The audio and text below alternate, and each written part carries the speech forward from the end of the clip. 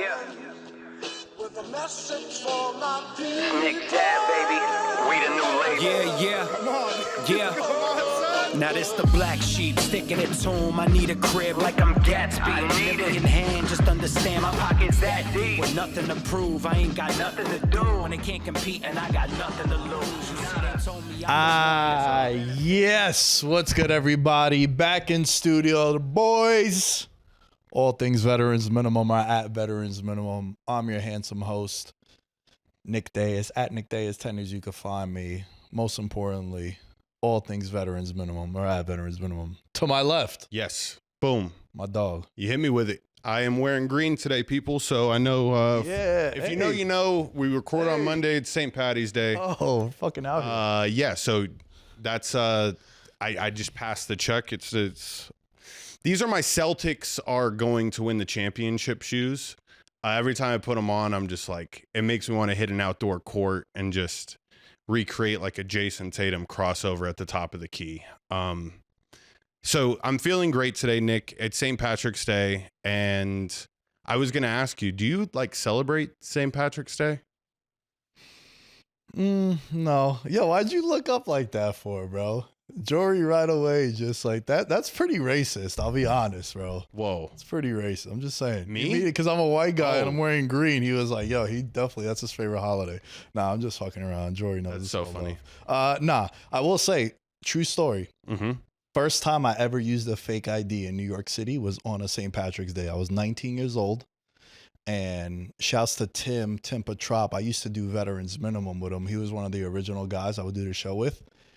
And that's the fake ID I used to use to get into all the places in the city. And bro, it batted 1,000.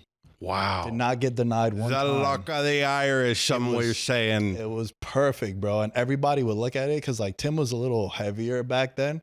Mm-hmm. And people would look at him and be like, damn, bro, you lost a ton of weight. What's the secret? I was like, dude, kale, bro. Just like Mac. I was just making up shit. Yeah. But shouts to Tim, man. That was my fake ID. I had it up on my wall. I had like a wall of like Wall of Fame kind of, and like Right. a vision board, and I always would have his fake ID. And then fast forward a couple of years later, him and I were doing a show together. So, and I remember because always St. Patty's Day used to be like the official start of March Madness also. Mm-hmm. And in New York City, it's so lit because I don't know if they have that here in Vegas, and I don't know if other cities have it. I'm sure they would. This sounds pretty ignorant to me, but in New York City, there's so many bars that are assigned to teams. So like this is a UConn Huskies bar. This is an LSU bar. Legends bar in New York City was like one of my favorite bars. And it was a LSU alumni bar. And then that's where Soccer Factory, I think it was called, or some shit, Football Factory, was like the downstairs bar. Whenever it was a poppin' soccer game, you would go down there and it was lit. So every bar had a school with a team. So there was like a Washington Huskies and a Seahawks bar. So when you would go there, you'd see alumni of the school, you'd see fans of that. And I know I kind of went off on a tangent with St. Patty's Day. No, just because I'm a white guy, Jory, it don't mean that I celebrate St. Patty's Day, but it always brings me back to the first time I used a fake ID. No, that's awesome. Like I never had to use a fake ID. Had the beard since I was in high school, and so I was pretty blessed in that sense. But I had a lot of like texts saying, "Hey, let's go out to this bar, like an Irish bar," and I'm just like. And this is not St. Patrick's Day. That's the thing that confuses me. Like people are just extending this holiday out to the weekend beforehand. And it's just, that's why I had to ask you, because when people are committed, as Jory was trying to point out with the whites, they just go hard, bro. They go hard. It's a great excuse to get hammered. And we don't even see the worst of it. Like were people getting like sloshed in New York City? Because I can only imagine how people treated in Arkansas, like, oh, they go nuts. Yeah, no, in New York City, especially like there's a huge like group of Irish people that live in New York. I mean, New York City, New York City is a huge melting pot of every race, religion, and demographic, really. But yeah, they get fucking wasted, bro. They get wasted. And it'd be dope because, like, you know, the games would start at noon all the way to midnight. Right. Especially when it was the Friday games. Like, that shit was so crazy. And, you know, my friend Nick, who I also used to do the show with, Boss, he was out here a couple of weeks ago for the UFC. He's a huge Syracuse fan, loves college basketball, went to Syracuse. And then my buddy Eric, he went to UConn. So, like, you know, Alan loves St. John's. Shouts to Alan. He's been on Cloud Nine, bro. The last couple of weeks. So, like, we'd always, like, link up and we would go out. And for me, it was an excuse to get hammered and pump my money away on college kids. But they fucking would love it. So every time I think of St. Patty's, I think of, like, cool shit like that. Nice. Yeah, I don't have any, like, vivid memories created of, like, going out on St. Patrick's Day. I wear these shoes and I just, like I said, I want to go out and I want to hoop. St. Patrick's Day makes me want to hoop in a Celtics St. Patrick's Day uniform, which I know this is the last thing I'll say about St. Patrick's Day. Chicago Bulls, all green unis, all time great St. Patrick's Day uniform. I'll leave with that. Okay. Interesting. Yeah. They would do, I saw one that they posted of Derrick Rose, today, actually. Yeah. I keep forgetting. Today. Yeah. Actually. I was going to save this for later in the show, but since we're talking about Celtics, I want to talk a little NBA with you, and I want to talk more so, obviously, from a betting standpoint. Mm-hmm. George, I want to take a stand on the NBA playoffs from now. Remember, this was but, you know, last year, early March, we said Mavericks and Celtics. Love the Mavericks 40-1. They end up going to the finals. Then we bet them again when the playoffs started at 11-1. I have a couple of futures on Celtics Thunder 11-1 from the start of the year. I want to make a proposal to you and see if you would want to be down on these bets that I've been cooking up. Okay. And I want to take a stand. Now, the reason why I say this is because I think the playoffs are going to be Celtics versus everybody. KP came back. I trust the infrastructure. They could go 9-10 deep on a given night. KP is a complete X factor. Shout out to Combo. If you guys didn't check out the episode last week, got some really good reviews. Love having him on the show. We'll have him again come playoff time. But I want to put my foot down and say the Celtics are going to win the East. Now, Not really going out on a limb. They're minus 150 to do so. Pairing them with teams in the West. This is where it gets interesting. This is where it gets interesting for sure. Now, what I think and what I'm going to bet on are two different things. I think it's going to be Thunder Celtics. Mm-hmm. Oh my God, going out on a limb. Both the favorites, both minus 150. All right. Now remember, we have the future 11-1 from the start of the year. Also with Combo on the show. I'm going to give you three. Tell me of the three, which one do you like the best? Mm-hmm. Celtics Nuggets 12-1. Yep. Celtics Lakers 13-1. Okay. Celtics Warriors 16-1. You know, it's very interesting that all of those are priced so closely together. And I think it lends to a bigger conversation of what experience does when making these lines. Out of all those three teams, the experience that I trust the most is the most recent that we've seen succeed, and that would be the Nuggets. That's the one that I had hinted at in a couple of weeks back of saying, hey, this is the team you got to watch out for in the West. Once they start playing together, and if Aaron Gordon comes back from being banged up and they meld at the perfect time, like, I like them over all the other teams that you just listed. Now, why in the world are the Warriors 16-1? Well, the Warriors and the Celtics are 16-1. Correct. Yeah. The Warriors in the situation that we're given. Right. Now, if you're looking at the Warriors just from a future standpoint, them alone is 21-1 to win the finals. Since they got Jimmy Butler, they're 14-1. Talk about a guy that left the place he was at and all of a sudden remembered just how good he is. Mm. There's a part of me that wants the Warriors to win the title. Do you know why? Take a guess why. I haven't bet on them. I have bet the Nuggets at 14-1. Are you like anti Pat Riley? No, not at all. No, That has no? nothing to do with Pat Riley. Okay. Think about this. It's a football thing. Oh my God! Wow, I'm blanking right now. Who did I compare Jimmy Butler to? Damn, Nick, you're putting me on a trivia. They wear green.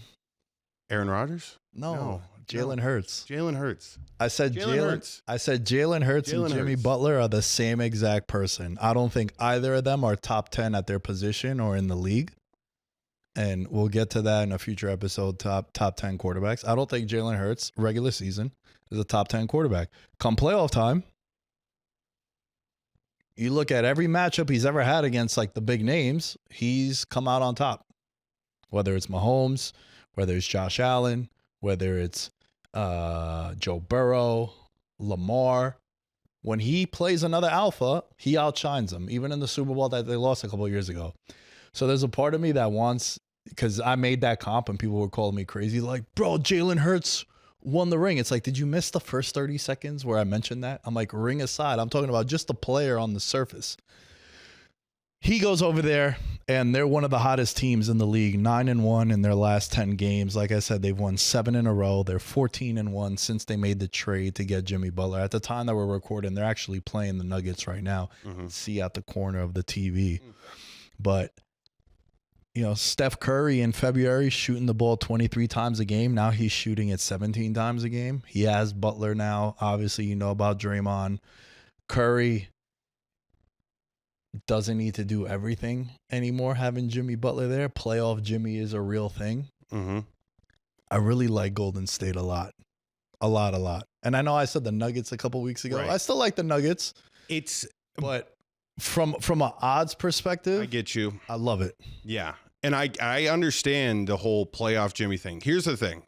All right. There is 2 people on that team that command ultimate leadership already, right? And Jimmy is a guy that comes in, walks in, and says the same exact shit that these other 2 people have been saying. But when you add that third person into the mix, and let's say Jimmy Butler, because by the way, his numbers have gone down since the trade has happened as far as field goal percentage is concerned. It's not like he's ever been a person that sets the stat sheet on fire. He can occasionally.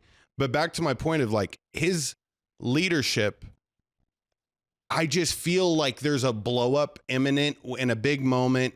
And it's just like that. This is them figuring each other out. Okay. Tell me you don't remember the same thing happening with KD and Draymond.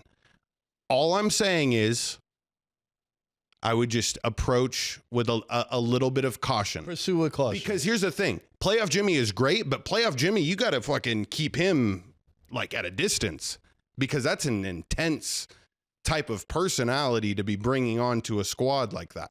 It's good, but I'm just saying it could quickly flip the other way. Now, this is me just painting him as a person that can't get along with other people. But that's what Draymond Green brings out of people as well. That's my hesitation on them. Fair or unfair? I think unfair. Okay. So there's no one on Miami that was able to alpha him the way they can in Golden State. In the sense of, this ain't your team, bro. Agreed. And if, based on this move that they ended up making, and he got paid, he's getting $62 million a year. Yeah. Amazing. 35 years old. He don't need to be the alpha. He don't need to be the main guy. You just got to do the Jimmy Butler stuff that you do come playoff time, where we've seen you knock off a 1 seed. We've seen you go to 2 NBA finals, one of them being in the bubble, but your team really had no business going into the fucking finals both those Very years. true. And now in Miami, he didn't have another alpha. Like, I love Bam Adebayo. He's one of my favorite players in the league. Very versatile. He's consistent, always available, never hurt. Mm-hmm. But he's limited in the sense of what he could do scoring and being like an alpha like Steph Curry. Miami was Jimmy Butler's team. So anyone that tried to do anything crazy to Butler, be like, bro, this is my team. This is my city. Yeah. Now he's Robin, hell of a Robin. Clearly Steph Curry's team. I don't think that's any debate. And correct. I think that he knows his role now, and he can't do this stuff because there is someone that I don't want to say answer to, but there's a level of respect when it's Curry, bro. Correct. And I do, but here's the thing. And Nick, this is just human psychology, right? He is of the caliber of people that you would compare to like Kobe, and not afraid to get in a motherfucker's face. Right. LeBron, Giannis, he does it. He's not afraid. Big moments. What I'm saying is this is his tryout for this new team. Okay. Hey, Warriors, I've been doing this in a different jersey, but now I'm in your uniform. It's time for me to show you what type of motherfucker I really am. I think that version of him will come out, whether it's in volume of shots on the offensive end, that you just don't necessarily, it adds up, right? Hopefully he falls in and he understands that role in that place. But at the end of the day, like, we love him for that. And so that's I'm fighting back hard on this. I just really like the Nuggets, man. I just don't think that they'll be able to contend with the Nuggets controlling the pace. So it's interesting because right now that's the matchup in the first round. So based on our futures that we're listing, we're going to lose one of them. Damn. Right. But there is a scenario where we could get a Lakers Warriors conference finals, a Lakers Nuggets conference finals, which is always another thing with futures that I like looking at, like a roadmap. Correct. Right. We're going to get to an NFL portion a little bit later, but those are the kind of scenarios that you got to look at to then hedge out of if the time comes. And for me, the Celtics, they'd avoid Cleveland until the conference finals. And there you can make your hedges if you really want to. But I would even say that the Celtics are going to be favored in that series despite having home court in Cleveland.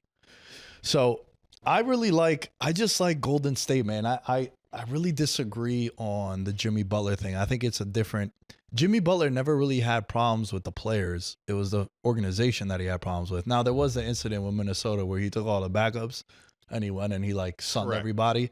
And then, he had the issues with Joel Embiid, which shit, man, time reveals a lot of things in life. And Jimmy Butler was saying these things about Karl Anthony Towns, Andrew Wiggins. I think Wiggins was there at the time. I might be wrong, but Joel Embiid, like, yo, these guys are lazy, bro. And then he gets painted the villain. And now you're seeing these things and you're like, oh, maybe Jimmy wasn't bugging. Yeah. Which goes back to another point, like in general. The people that you think are crazy and are bugging out, I tend to agree with them a lot more. I agree. Kevin Garnett. Yeah. Bro, trust me. I think that there's so many things that I love about Jimmy Butler, and I really don't want this to be like George fucking hates Jimmy Butler type segment. All I'm saying is you got to be precise, and it's the amount of time that the unit has played together. Here's the thing, if he was playing way better than what he was playing at in Miami, and I know he's not a stat sheet guy, I would feel a little more confident about this. However, I think it's remained rather the same. Steph feels reinvigorated. He's playing lights out, and they're capturing lightning in a bottle right now. How long do you make that last? I don't know, but I've seen this time and time again with teams that acquire people at the trade deadline, and when they get bounced on the headlines that very next day is next year's a year they didn't have enough time to mold or mesh. Fair. However, they've been meshing. They're 14-1. At the time we're recording, they're 14-1. They're playing the Nuggets right now, so it's very important. I don't want people to be like, wax them, bro. I don't want people to be like, yo, they're 14-2. But I just think like, yo, if you have a big three of Draymond, Butler, and Steph, guys that could go into any game 7 in OKC, whatever, bro. We've done it. We've been in big spots. We're not worried about that. That's why I like them. And to your point, I agree with you. Like, you saw it happen with Miami. You've seen that, when LeBron first went there. You've seen that happen when teams make trades mid-season, bringing in a James Harden to Brooklyn. It's like, next year will be the year, right? And I get it. But that was like James Harden and that big three was like 9 and 8 playing together. Right. They came off right off rip, and they're 14 and 1. Right. So that's why I hear what you're saying. Just push him back a little bit. For sure. And I don't think Jimmy Butler was the problem as far as like amongst his peers. Because all the guys in Miami loved him. Yeah. When he was charging them for coffee, that was kind of bullshit in the bubble. He was taxing his boys. Yeah, that was kind of They were in the bubble. I mean, listen, Jimmy, everyone is flawed, right? It was like a $20 coffee. Yeah, you had to. It's wild. You had to be a little shady about the shit that was going down in the bubble. What type of coffee beans are those, Jimmy? His own coffee. The type that he takes before the game? That could be his PED. I wouldn't put it past it if you're charging $20 for a coffee. Like in the night, every baseball documentary I watch, or any the 1986 Mets. It's like, bro, they were all fucking high as shit on cocaine. You don't think that made them look at the fastball a lot clearer and being like, you're fucking bro, going crazy? The whites of the their original cocaine Cowboys was that Mets roster. What are they? One of my friends had a sign because when French Montana came out with the Coke Boys around that time, he went to a Met game and he had a sign that said OG Cocaine Cowboys, and it was like Darryl Strawberry, Dwight Gooden, Keith Hernandez. They threw him out of Citi Field. No. Yeah. It's history. The original Coke Boys, man. The kids need to know. They gotta know, man. Listen, It's like that some was 6-year-old looks up and is like, if you think that was tells a bro, story. Diego Maradona. That guy was like, there's funny ass memes of him like doing crazy shit in pregame, and people were like, bro, they didn't see that he was on cocaine. He's just bugging out, dancing and shit, juggling like 3 soccer balls in the air and doing all this wild stuff. No, bro. The journalists were doing the cocaine with him. That's why the story never came out. Exactly. Come on now. Exactly. I'm just saying that it's a PED, right? Like, We're definitely talking about coffee right now. Yeah, but I'm saying, Right. yeah. I know we went from coffee to cocaine, which is kind of wild, but you get a lot of different thoughts and opinions on this show. Right. Let us know what you guys think about that. Which one of the 3 do you like the most, though? I don't think you gave an answer. I did. I said the Nuggets. Nuggets? I really like the Nuggets. I just for their experience alone too. I mean, you can't put it past what even their like bench has seen with Russell Westbrook and Christian Bond. Yeah, I like the Nuggets. They're fun. They're a fun team to see get hot in the West, and I think they're right where they want to be. Jokic is playing literally the best basketball he's ever played in his career. I'm gonna ride that. I'm gonna tail the best player in the league. So yeah, it's totally fair. Can't pick against my C's though. I mean, I still think the C's. I think it's still them. That was something that when we were talking about it with Combo, he said the same thing. I was like, should Cleveland be the favorite? And he's like, if KP comes back. And they were playing the Nets the other day, and they ran like a high screen and roll with him and Tatum.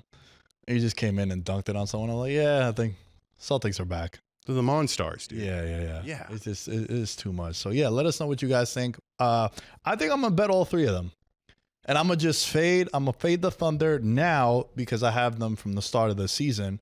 But just from a numbers standpoint, those are the ones that I see. And like, bro, the storylines are amazing too. Agreed. Yes. Celtics Lakers. What? Yeah. Celtics Warriors. Jimmy Butler versus the Celtics, a rematch from the 2022 finals that you saw. I'd be worried about that. Which one? Yeah, Jimmy Butler. Yeah, bro, he's our kryptonite. Yeah. Oh, as a Celtics fan, you're saying. Yeah. Let's not mention that one again, all right? Yeah. Like never again. Like we'll just never talk about that matchup possibility again. Damn, it just connected. Like, bro, if you look at the matchups that we mentioned, yeah, Luka versus the Celtics with the Lakers, and then LeBron's history with the Celtics. Oh my God, I'm gonna bet all 3 of these and just hope that because you get better numbers on these than you do on my Celtics Thunder start of the year at 11-1. I mean, it's $1 more, but yeah. One team, just list off one team that you'd be afraid of that you didn't list right now, that if it happened, you'd be like, motherfucker, like, how could we not have mentioned them? You don't have to go on, like, but I don't know. I don't feel like Houston is ready yet. Houston strikes me as a team that makes a trade in the offseason. They got a lot of young guys, but they make a trade for a player who's like in his 30s, maybe want to chase a ring. You do like a huge, like a lot of people have been saying Kevin Durant, but like that kind of player to go to a Houston with a young team. And then next year, you're like, yo, that might be the team. Memphis, for as much as I want it to be, you know, like all these young teams are going to get matched up with a juggernaut probably in the first round. And even if they're the lower seed, they're going to be like, we're fine. Right. You know, so yeah, I mean, what is Minnesota the team you're thinking about? I mean, sure. Clippers. In the East, I'd be shocked if it's not the Celtics. I think the Knicks need to make a move from Tibbs. I think they've kind of hit their ceiling. They're a 4-2 losing in the second round type team. I think the wear and tear is a real thing. And like, you know, we were talking about it a couple weeks ago, how the NBA is so funny and the fans are so funny, especially, and I don't know if you see it, but more so like Knicks Twitter. It's like, man, they're playing these guys too much. What the fuck? But then you have like NBA Twitter being like, yo, no one plays. No one plays on a nightly basis. All these guys are injured. But then the Knicks play them too much. Yeah. So it's like, you know, kind of pick a side, right? I don't want you playing 48 minutes against the fucking Wizards and the Hawks. That I could do, or 44 minutes. I could do without that on a fucking random ass Thursday. When it's the Milwaukees, the Celtics, the Thunders, and you really got to fucking buckle down and make some noise, sure, let's do it. That's where I think the Knicks would have to make a move from Tibbs to unlock the next level. And you see it happen all the time. A team gets a new coach, and then from there it's like, oh, look what more we can do. You know what I mean? So, yeah, I think the only team that really scares me would probably be in the East, nobody but the Celtics. I really think it's the Celtics versus everybody. And in the West, I really think it's those three teams and the Thunder. So I don't really have an answer to your initial question. I know I kind of...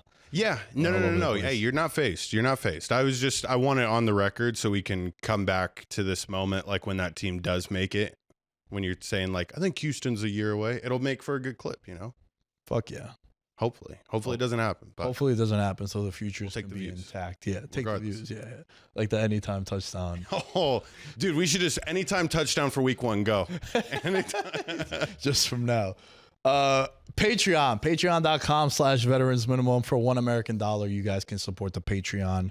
Patreon.com/veterans minimum. Big ups to Mahul Patel, Thomas Robinson, Ben Kotzian, Christopher Velasquez, Devin Rendon, Derek Platees, Dylan Chadwick, Jerry Shapiro, Jordan Riley, Mike Stevens, Nicholas Messina, Nick Crummich. Thank you all for your contributions to the Patreon. We are doing a NCAA tournament bracket. First place is $250. It's free to enter. You got to be a fan of the show, listen to the show, or be a Patreon member. The password in the link of this video and in this episode is VM25. VM25. Get in. You guys have until Thursday. It's free. If you're a fan of the show, $250 to the winner. And we'll give you guys a shout out and sort of do updates after every weekend, who's in first and all that stuff. So the link for the tournament, March Madness bracket, is going to be in the episode and in the video on YouTube, youtube.com/veterans minimum. Okay, George, we got some NFL to discuss. Yes, we do. God almighty, the NFL, man. It's back, man. It never left, dude. The NFL doesn't leave. The NFL is 365 all year round. A lot of news at the wide receiver position. Yeah. Joe Burrow is happy. Finally, man. Finally, the old man that we've been mentioning, the Bengals owner, is relinquished the funds. He's opened up the safe that the Bengals have been sitting on. But yeah, T. Higgins and Jamar Chase both signed. 4 years, 115 for T. Higgins, 4 years, 161 for Jamar Chase. Nick, is this like an automatic lock for who's going to make it to the AFC title game next year? Definitely not an automatic lock because they have a lot of issues defensively still. Yeah. This was not the issue for them. Correct. As far as the talent on the offense, the issue was trying to keep everyone together. By the way, T. Higgins, team-friendly deal. 28.7 per year. This guy's a $35 million wide receiver. I really think so. I think he's just not that because he's the number 2 on this team. But, man, he's a fucking baller, bro. He is an absolute baller. We've seen him miss a little bit of time, so that maybe factored into it. But him and Chase is just like, you keep that special duo with Joe Burrow. Now, check this out. I don't know if you saw this, but if you look at the wide receivers, the Bengals are going to be an interesting case study because they have $124 million per year invested in the quarterback and the top 2 wide receivers. The other teams that are doing this, the Dolphins, okay, the Eagles, all right, Cowboys. I was about to say the Cowboys. And the Lions. Okay. If you're a Bengals fan, you're like, hey, this works. It worked for Philly. Now, massive difference. Philly has a ton of guys on rookie deals that balled out. Yeah. Carter, Mitchell, Cooper DeJean. White DB, we give him the whole name. Cooper DeJean. We give the whole, Of course. Everyone else, like a Brazilian soccer player, just gets the last name mentioned. They hit gold with Bond. Yep. And now they re-upped him. Obviously, they have Barkley. They keep Lane Johnson. So there is a way to keep, just bring in the best players and find a way to keep them. Don't be cheap. Philly is like, yeah. Howie, good. Sign everybody. Yep. And look, Philly, they've been on a pretty dominant run, man. If you look at their last 3 years, they're one of the best teams in the NFL from a Super Bowl loss, make the playoffs, then win the Super Bowl. This team has been solid. And if you are the Bengals and you're looking at this, or you're a Bengals fan or a skeptic, be like, hey, look, we've seen it work. Right. Now, you do have Miami where it's not working. You have Detroit where it's working. I think a lot of that is just Goff and St. Brown because, no one else has really gotten paid on that team offensively. For sure. And the Cowboys is basically CeeDee Lamb and Dak Prescott. Yeah. So I love it. They had something special in Cincinnati, and it would have sucked to see it break up.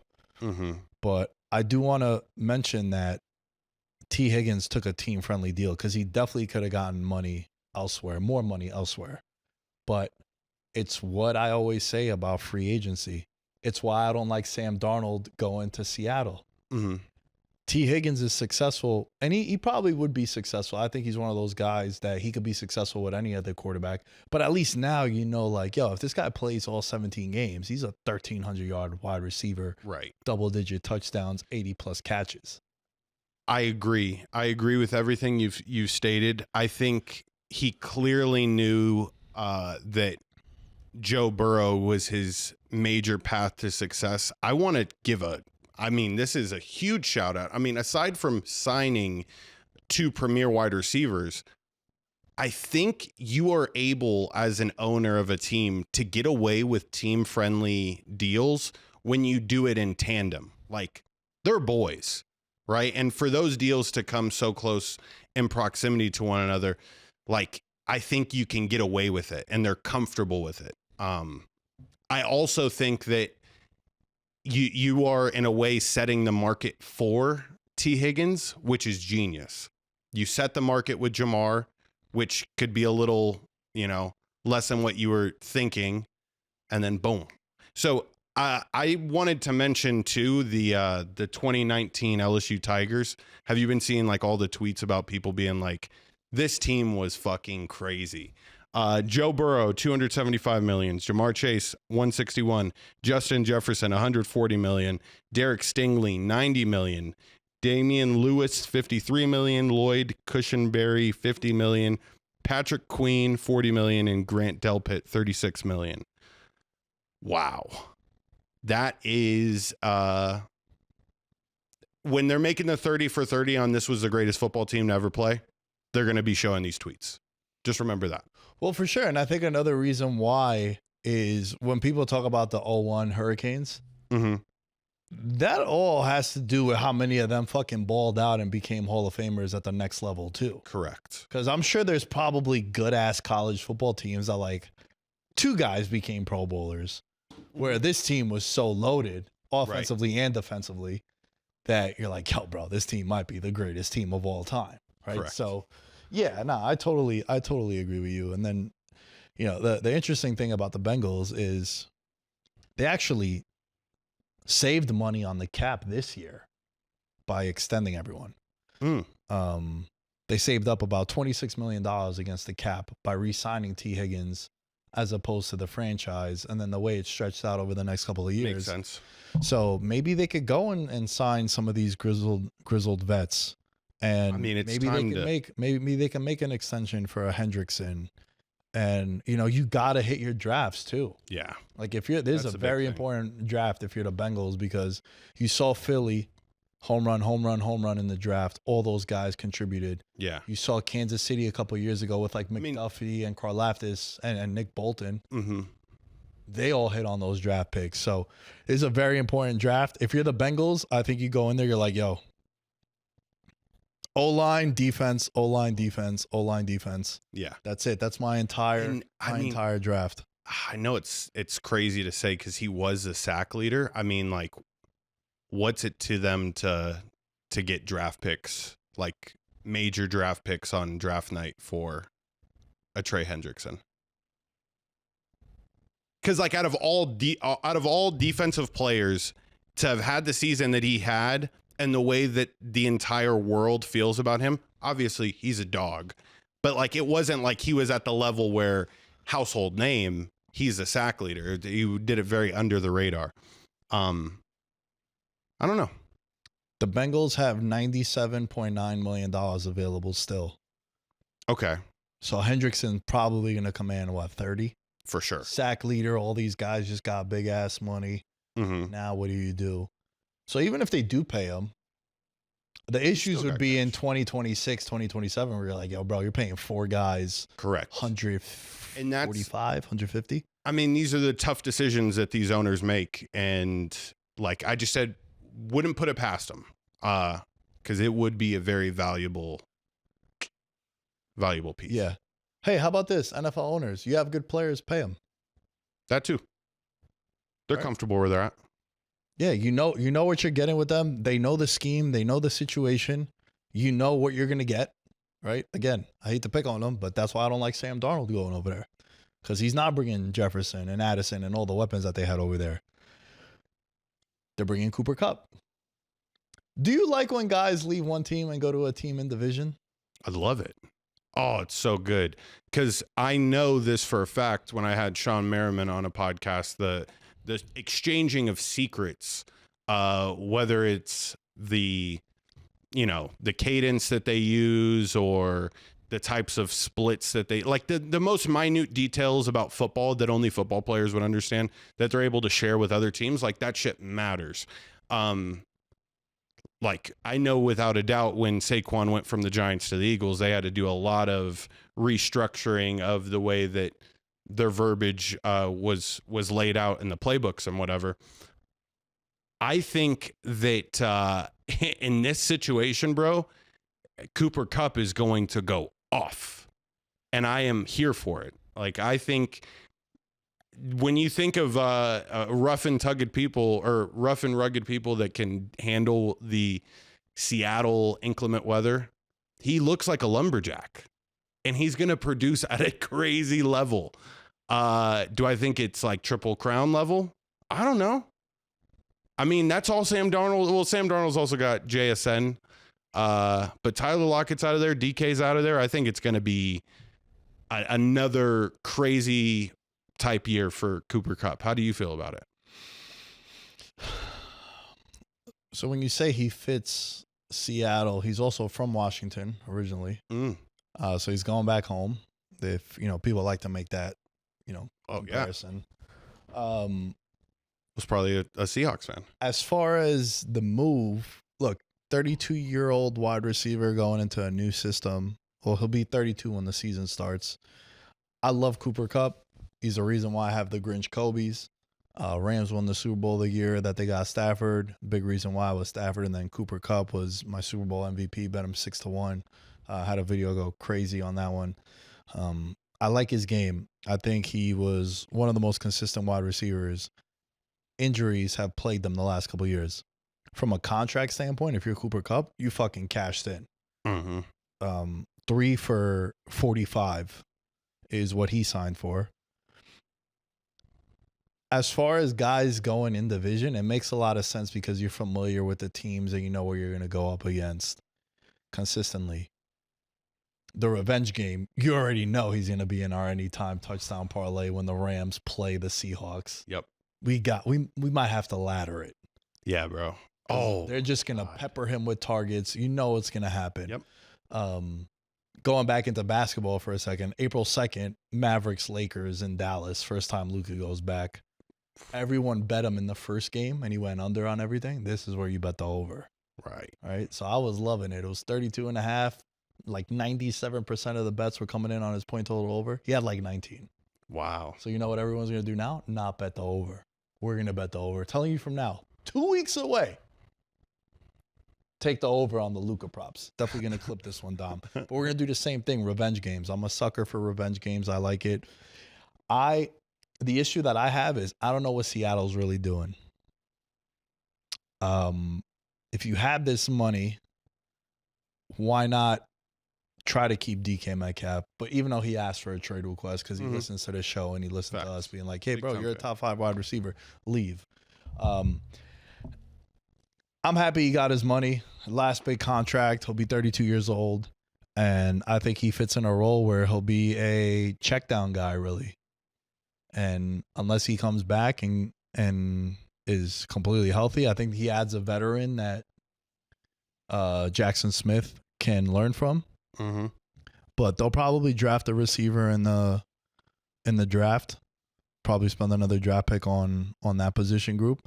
But yeah, I think it's a massive upgrade. Like Adams going to the Rams is definitely going to have more of an impact than Cooper Kupp going to Seattle. Adams is still he's still Adams. Mm-hmm. Just remember, he went to the Raiders, and then when he was with Rodgers and the Jets, he was just playing with his boy, and they were stat padding. Yeah. But he's still, like, if you look at the film, and I was watching a bunch of receivers, because I love watching, like, all right, let me ask you this. What's your favorite, like, sport highlight to watch? Oh, wow. Damn, man. I mean, that's like that's super broad. I get it. Very so I'll give you a couple. I love goalie saves in hockey.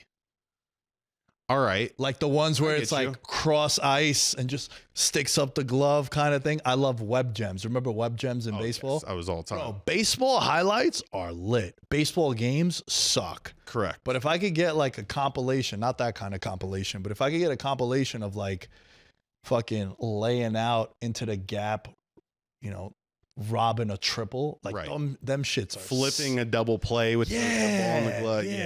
Little no look shit, like, of course, dope. yeah. And, okay. And so like the reason why I bring this up is I love watching wide receiver routes. Oh yeah, where they can they create separation, they got a little bit of wiggle. DB just looking fucking clueless. Right. Devontae, I watched one of his 2024 highlights because someone was defending Devontae Adams. Right. I was like, oh, I like this. Algorithm must know what I like. And it's like, bro, this guy was open all the time. Right. So he still got it. The wrestling fans would be saying, you still got it. So I like that for him going to the Rams. So again, I know I went long-winded. What's your guilty pleasure? The highlights I like watching, and this is just of recent, but like I'm gonna be honest, it is the greatest.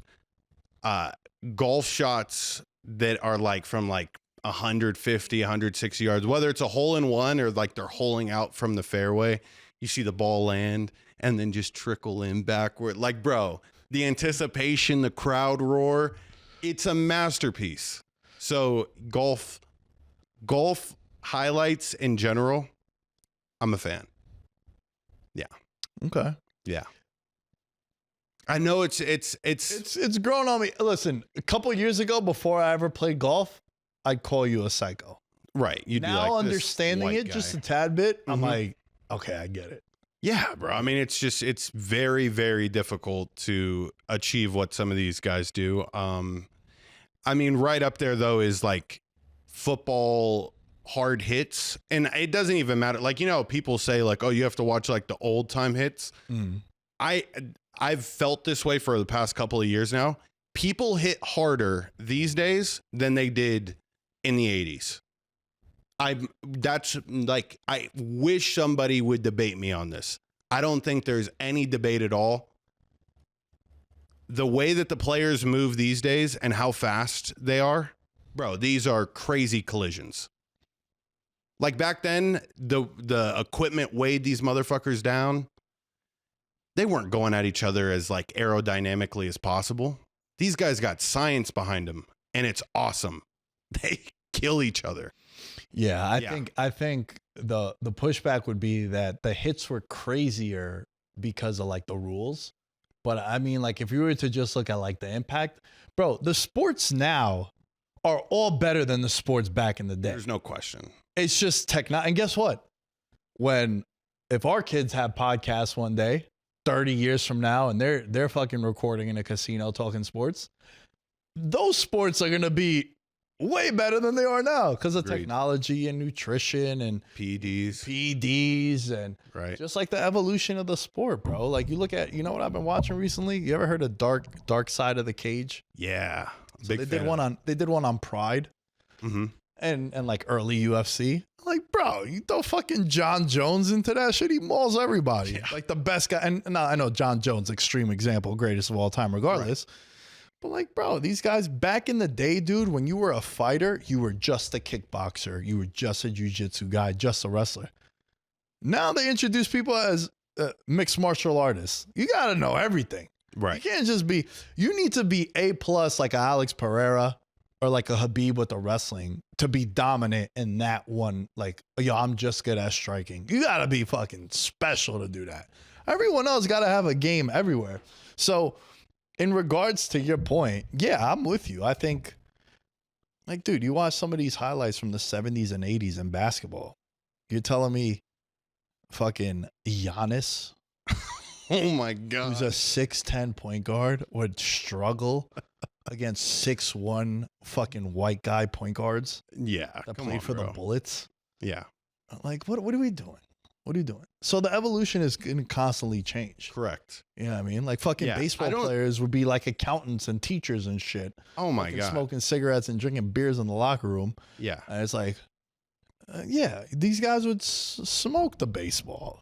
No, of course. Yeah, of course. I don't hear it as much as like you hear the basketball comparison that people always used to shit on. Like, oh, you know, basketball was tough back then with the hand checking and all that. But with football, man, I just think it's dare I say almost worse to be hit with pinpoint precision to your fucking chest than it is to like just knock your lights out.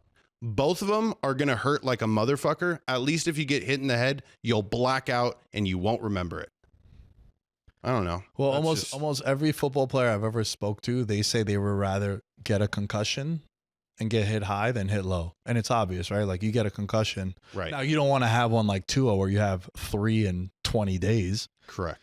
But what Tony Gonzalez famously said when Rob Gronkowski was getting hit low and blew out a knee, he's like, yo, hit me high. Let me miss a week or two. I come back. At least I don't lose the whole season. Right. So, yeah. No, for sure. yeah, I just think that regardless, the future is going to always be better than the past. The last thing I wanted to leave off with the Seahawks, they have like a prime opportunity here. Jackson Smith and Jigma, JSN, all right? Marquez Valdez Scantley, MVS. I think this is where we have to adopt. Cooper Kupp is no longer Cooper Kupp. He's CK. CK, bro. So whenever they're just a wide receiver room full of initials. Let's start that. JSN, MVS, CK, unstoppable. And SD throwing him the rock, top notch. Well, have you heard about this? I'm glad you mentioned MVS. Have you heard about this thing that the last 5 MVPs have all played with Valdez-Scantling? Who is it gonna be, boys? Yo, so check this out, right? This is crazy. Every quarterback to win an MVP award in the last 5 seasons has played with Marquez Valdez-Scantling. 2020 and 2021, he played with A-Rod. He played with Pat Mahomes. Then he played with Pat Mahomes again. And then he played with Josh Allen. Wow. So it's like it's either MVP of the Super Bowl or Super Bowl MVP, like those years. That's insane. Yeah, it's hilarious. It's absolutely hilarious. And now he's with Sam Darnold in Seattle. So who knows? Maybe we have to do a little sprinkle. Right. A little sprinkle. All right. I want to end the show with this, George. Mm-hmm. And you were trolling me for this because I hit you up over the weekend and I was like, yo, I'm all in on Buffalo Bills from now. I seem to have the magic touch Right. as far as predicting futures in March for the following football season. Right. Buffalo Bills plus 800. Do you want to tell the people what your response was to that? I was like, oh, so now you like Joey Bosa, huh? now Nick's tone has changed. He is no longer an average edge rusher. He is what is going to propel the Bills, a team who is fucking plagued by Patrick Mahomes and the AFC title game. They're stunned by it. Don't worry, Patrick Mahomes hasn't absolutely embarrassed Joey Bosa his entire career. Oh wait, he has. But it's changed your mind on Bosa. So I'm glad to see that everybody could change, bro. You're a living example. Yeah, so you're a dick. Because literally that's what George texts me too. So I sense the sarcasm. Correct. I love Joey Bosa going to Buffalo for $12 million. I didn't like Joey Bosa for 28.6. That is a difference. I like certain athletes on certain contracts. It's a reason why certain guys also get cut because their team don't like them on those contracts. Correct. Another perfect example, the quarterback in San Francisco. Everybody loves Brock Purdy. Still the pound for pound best contract in the NFL because you get a guy that's been to a conference championship game and then he's been to a Super Bowl, took it into overtime. So, and when his team is healthy, he's been productive. It might not be the best. It might not be the flashiest. You might not like it. But in that system, whether he's protected or not, I think he might be protected. It's still, for what he's making, it's the best contract in the league. Right. Now, a year from now, when they say Brock Purdy signs 5 for $280 and he's $61 million, we have a different conversation. Correct. So you could like certain players on certain contracts. It's when they get paid. Now there's expectation. Now you have to deliver. Now when you're Dak Prescott and you're the highest paid quarterback in the league, you're not the third or fourth round pick that you once were on a rookie deal. Now is you in order with when you have salary caps, you can't just make it rain on anybody. Those guys have to deliver. So to bring it to Joey Bosa, I love this deal. It's a 1-year prove-it deal. You know I love when players bet on themselves. If he goes out there and has double-digit sacks, he could sign a 3 for $80 the following year. You know what I mean? He's 29 years old. He's still relatively young. Right. Joey Bosa. So that's what I mean by him signing this deal with Buffalo and why I like it. It's because for the money, the situation, they re-up Greg Rousseau. They lose Von Miller. They bring him in cheap, 1-year deal. I love it. Now, that's not the reason why I like Buffalo. I like Buffalo going into it anyway because I feel like Buffalo, they got to the AFC title game with a team where, let's not forget, bro, people were kind of iffy on what Buffalo was going to be last year. Right. You know, I said Josh Allen was going to win MVP if it played out the way it did. It's like, look, he lost both of his. It was like 280 targets he lost between Gabe Davis and Stephon Diggs. Everyone was on Miami, the Jets. Fuck, they were my Super Bowl pick. But it was like, look, one of two things are going to happen. They're going to go under their win total, or Josh Allen is going to be the reason that they go to these heights and he's going to win MVP. And it was the latter. Correct. Now, this team is young. They're going to be a year older. I like Josh Palmer going there because I think Josh Palmer has been a really good wide receiver who's just been plagued by injury. And I think Josh Allen is just going to elevate him. They got Shakir back, Greg Rousseau, Terrell Bernard. They extended him. So they're keeping everybody together. Now they do need to address the running back position with James Cook. I think what they end up doing is maybe franchise tagging him if they don't figure out a new deal. But that's the real reason why I like Buffalo. I think it's time, man. This is the move for them to make. We're gonna keep having the convo. And yeah, they've had a rather impressive offseason to this point. It would be nice to see a edge rusher in Buffalo, like aside from Von Miller, and I know he had his moments, but I mean like a legitimate powerhouse staple that people can remember throughout the test of time. Joey Bosa, this is your chance. And I think he's had the luxury in the past of playing for Brandon Staley. And now you're going to go back to that defensive minded side in which, you know, hopefully Sean McDermott can make the most out of it. I'm still holding out on the AFC just because of how crazy it is. Like, to make my final judgments now, it's tough. It's not as cut and dry as it was last year, Nick. There's not a single move like the Saquon move that made us go like, oh, no doubt, right? This is it. Or maybe it did happen and we're missing the mark. Well, here's the last thing I'll say on this. It's 12 of the last 13 years now, a top 5 favorite has won the Super Bowl. And this year's odds are Philadelphia, Baltimore, Kansas City, Buffalo, and Detroit. And then 6th is San Francisco and Cincinnati together.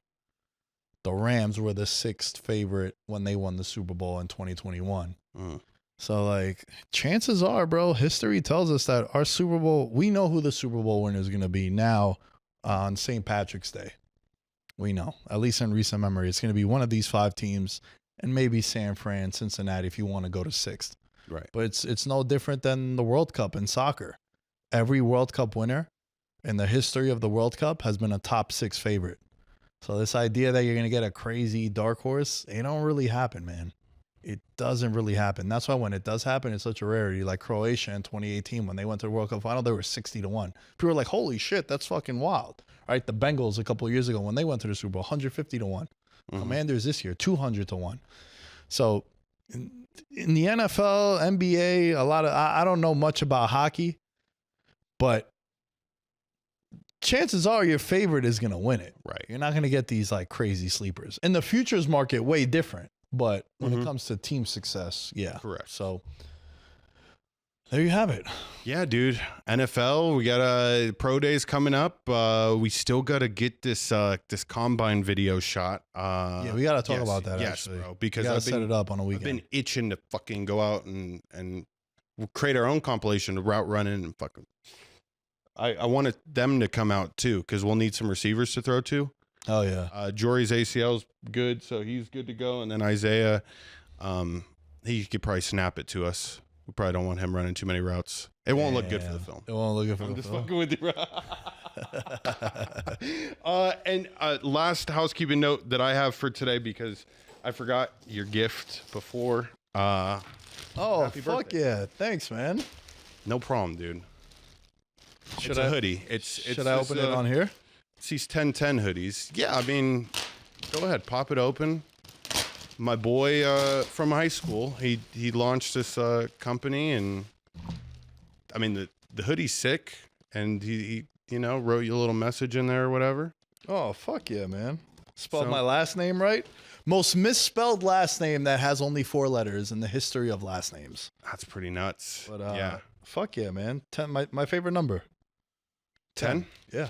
Well, this is 1010. Fuck yeah. Yeah. Oh yeah. Thank you, bro. I appreciate Of it. course. Man. Thank you for the gift. Shout out to 1010. And shout out to all of you watching. Remember, free gifts, we will not say no. We'll add another sticker to this as he sent stickers here. All things Veterans Minimum are at Veterans Minimum. Please join the contest. It is free. We're giving away $250 American dollars to the fans of the show.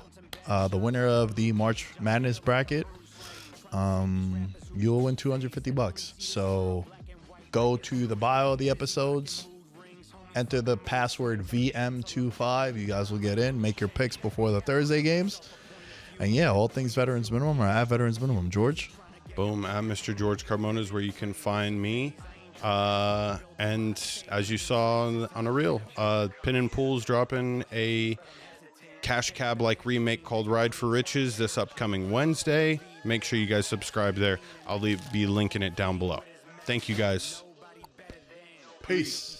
In his element, I'm a gold medalist, bronze like your medal is. So many deer in headlights, but it's bedtime. Hear that supper bell, main course, beat of venison. Dab. Most dangerous game. Either kill or be killed.